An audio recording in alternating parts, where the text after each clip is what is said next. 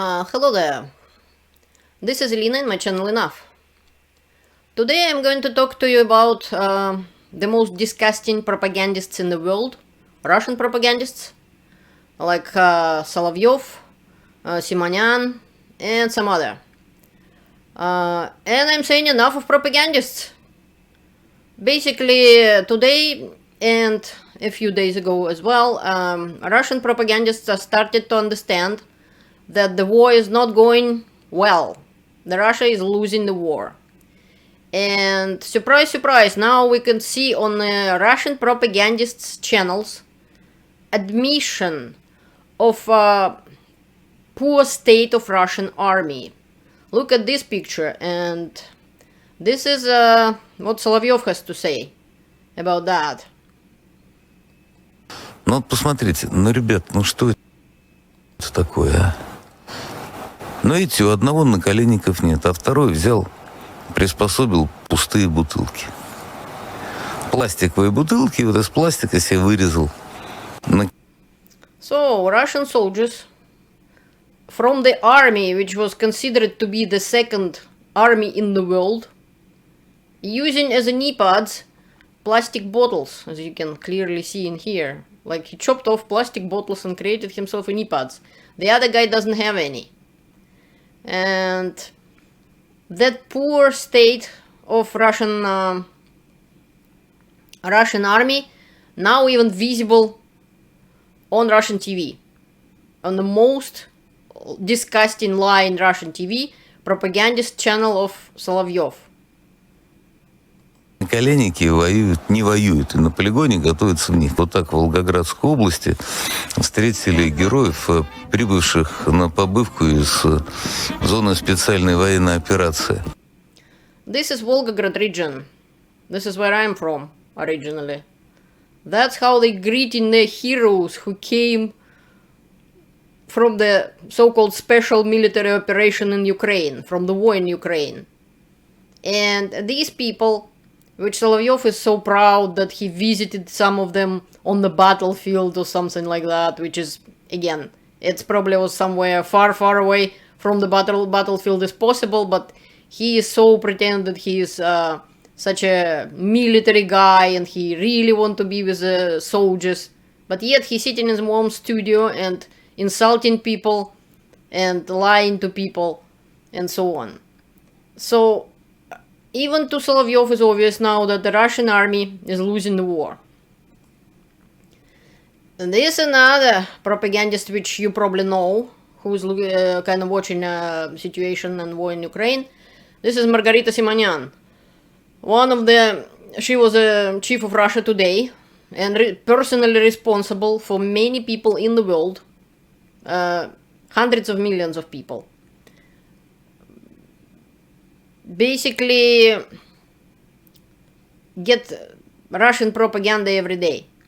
And Simonyan was kind of jumping from one side to another, and when the Russian army was losing in Liman, in Ukraine and the Kharkov region, she was starting to say, oh, maybe we shouldn't kill more people, maybe we should remember that we're brothers with Ukrainians. And then as soon as advances of Ukrainian army slow down, Simonyan started to say, oh, we should kill them again, and so on. And now she's talking about Hague, about, basically she realized that the war can be lost.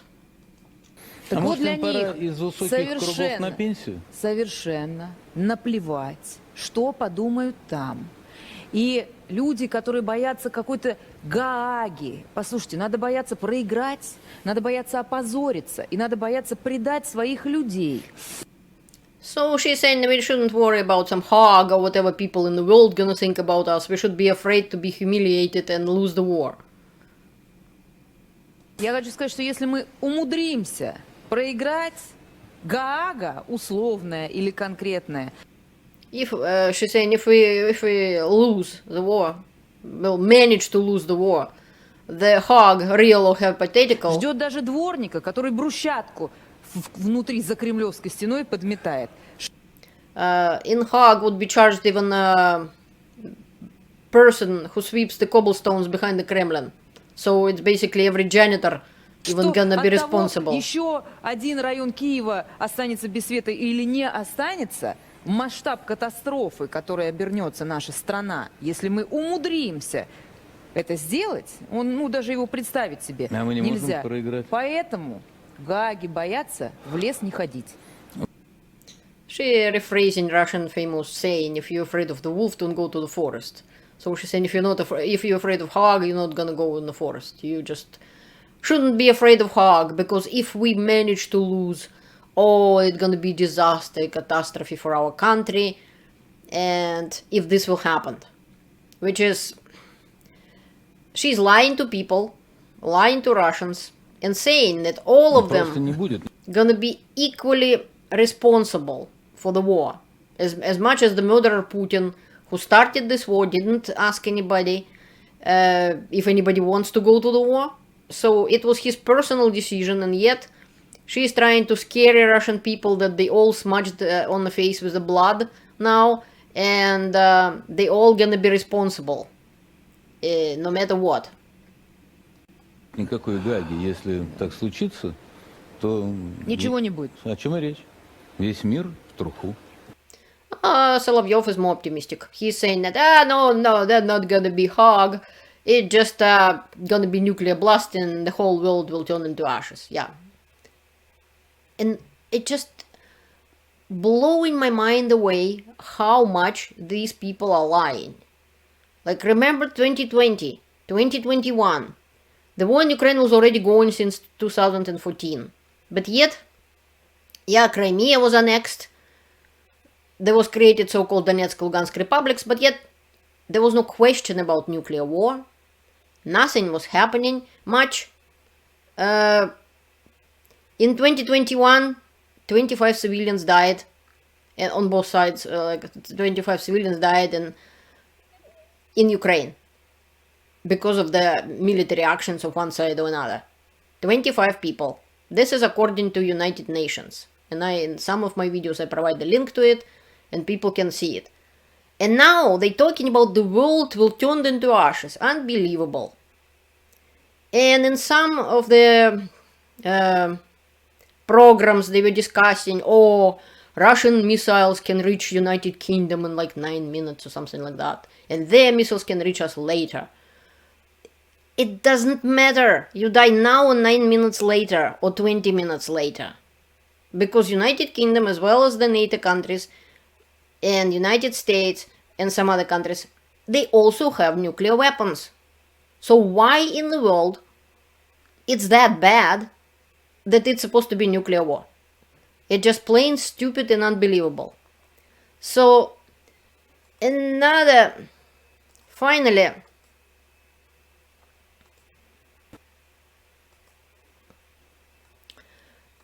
at least one propagandist. New black diamond cheese sauces, so good. You won't want to tell people. At least one propagandist. This is actually movie director Karen Shekhnazarov. Finally, get in his head some more or less smart idea in some way. He just twisting it and making it stupid, but at least he said tell the truth for once. It just, in the end, he twisted it in his own way. Just let's watch this. Вот, строго говоря, вы можете себе представить, что будет в случае расчленения России? Это будет...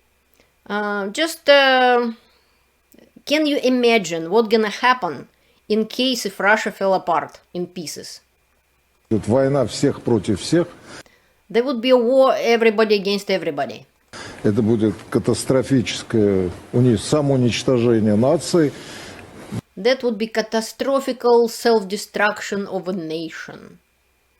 Да еще нация, обладающая ядерным оружием. Especially a nation who has nuclear weapons.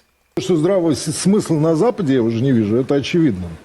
It's obvious to me that I don't see the common sense on the West, in the West. Потому что, строго говоря, можно было бы рассчитывать на то, что там будут мозги, что нельзя. Well, I thought we could expect that, strictly saying that people on the West will have brain. Страну с ядерным оружием погружать в хаос. that it's not good to put a country with nuclear weapons into chaos. Членение. Но, к сожалению, слишком давно живу на свете. Я вижу, что люди, они безумны. I live in the world long ago to know that people are crazy. Они, строго говоря, когда у них маячит какая-то цель, они не думают уже о самосохранении. When they have some sort of a goal, they don't thinking about self-preservation.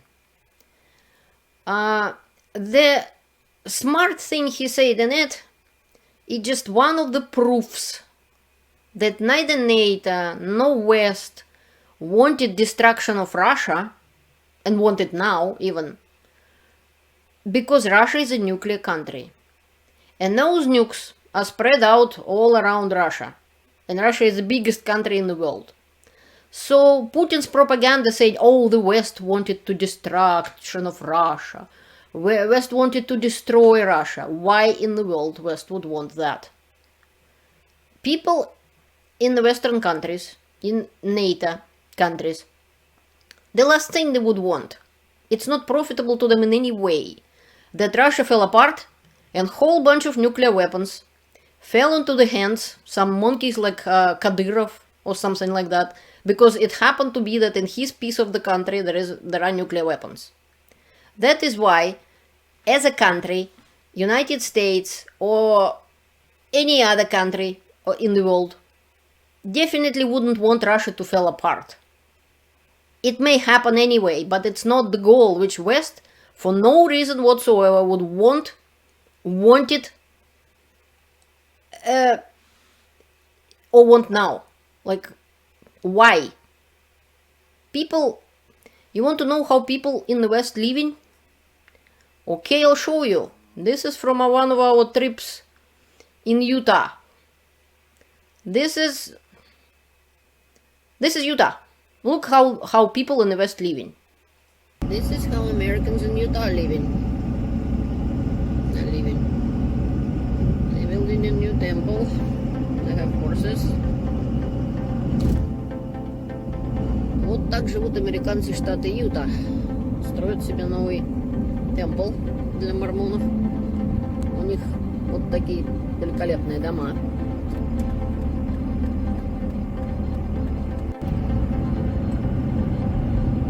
Look at their houses. Like, look how wonderful people live. Look at their roads. Look at their cars. And this is the school. Это школа.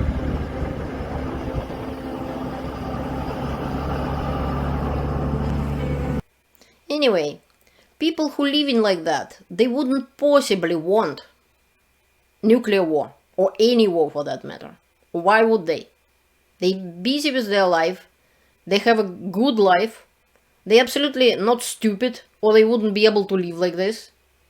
So, as a country, it's not in the benefit of United States, of any other country, Russia, destruction of Russia, period. That is why even Shekhnazarov understands that it's stupid for them to really want to destruction of Russia and started to war with Russia. That is why Russia, NATO or United States or Canada or any other country are not at war with Russia. There are no NATO troops in Ukraine fighting against Russia. And in my opinion and in the opinion of several experts and intelligent people, that people in the West probably should do more about propaganda in Russia, about that they don't want to war with Russia. They don't want destruction of Russia in any way, so Putin couldn't use it in his propaganda, lying to Russian people that Americans or some other people who live like this wanted destruction of Russia. That's the last thing they would want. This is not possible.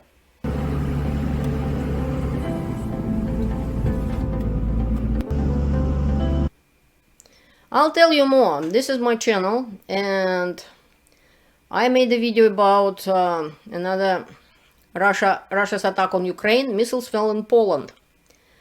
And I can point out that if NATO ever wanted an excuse for the war with Russia, this was the perfect one. Absolute spectacular.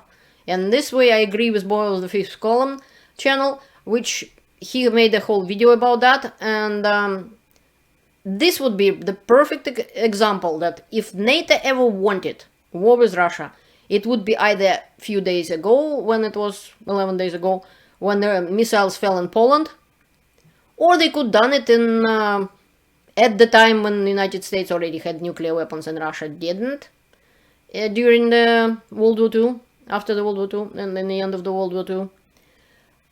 The allies of Russia in the war, World War II, European countries, America, United States, I mean, they could have attacked Russia back then, and the United States had the nuclear weapons, and Russia didn't.